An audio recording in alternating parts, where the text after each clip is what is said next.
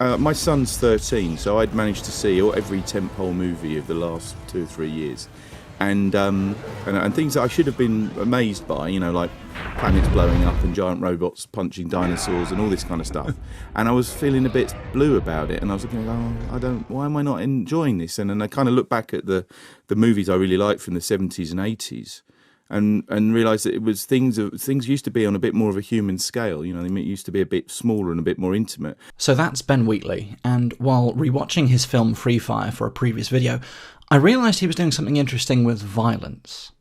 Everyone gets shot, and it's someone getting shot in a movie. And then... Oh! Shit. Oh, fuck. Fuck. In a world where CGI artistry can do anything, like shred cities apart on a regular basis, why does it all feel so weightless? And what makes some movie violence so relatable?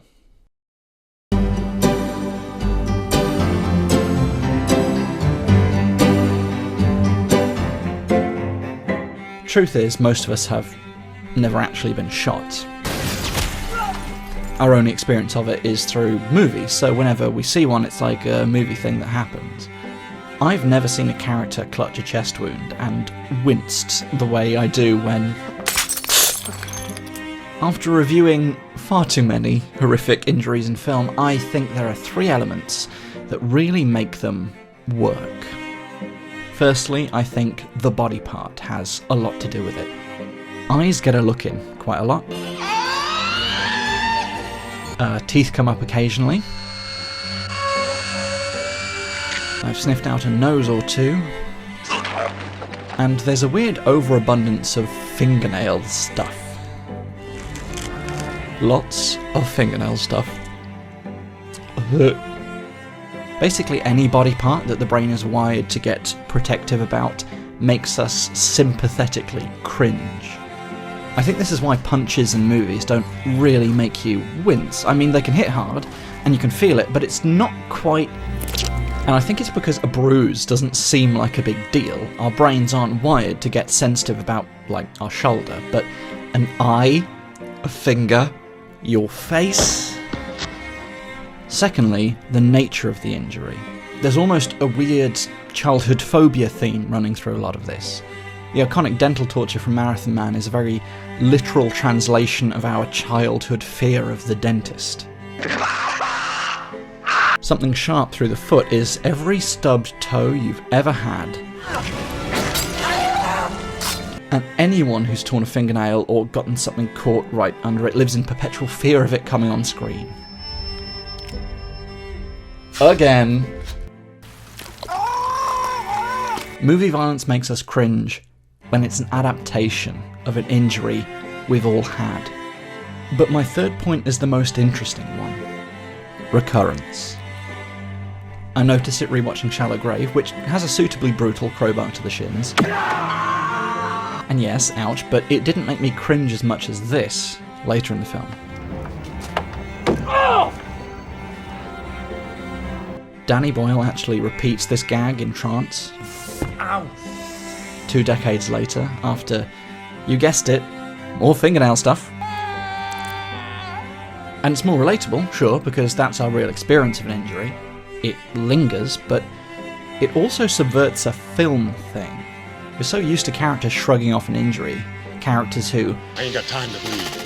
So when an injury sticks around, remains painful, it's the most relatable a film gets. That nose gag in Chinatown is shocking, but the film commits to it. Which is a lot of work. I mean, continuity is hard at the best of times, but the injury lingers. It's there for hours more of the film. It looks raw and red and...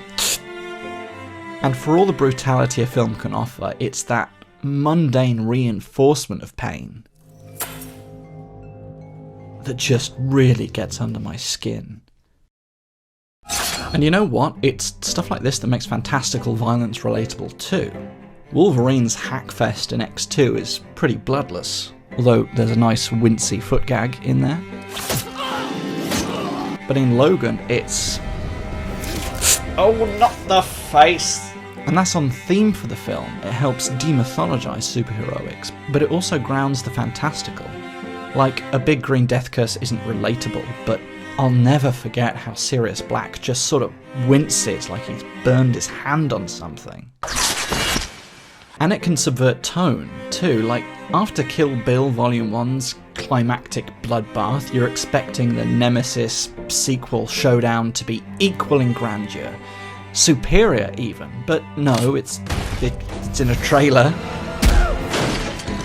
And it alternates between that high-flying martial arts dance and the shin-kicking, eye-gouging, elbow-knocking that's just so damn relatable.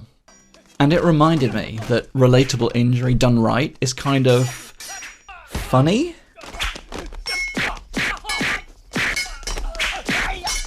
Because when you play an injury true to life, it's pathetic. What? It's a mistake you made. That's smart, huh? Yeah. You didn't see that corner of the desk. You forgot about that broken fingernail. Ow. You spilled that scalding tea all over your own dick. Cities are being ripped apart on a regular basis because we can't stop inflating the stakes. Fighting to stop the end of the world may be epic and exciting, but it's not personal.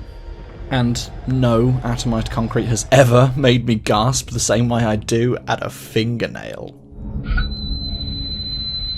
There are plenty of ways the movie can really make you... But the next time you do, try to see the funny side. Rich! Rich! What happened to you? Candle in the eye! Right out.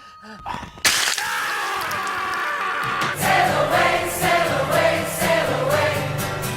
Sail away, sail away, sail away.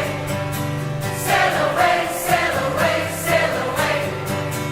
Sail away, sail away. From the south to the Lao, in the shade of Avalon. From Fiji to Tyree, and the Isles of Ebony. From Peru to Cebu, near the power of Avalon. From Mali to Cali, far beneath the coral sea.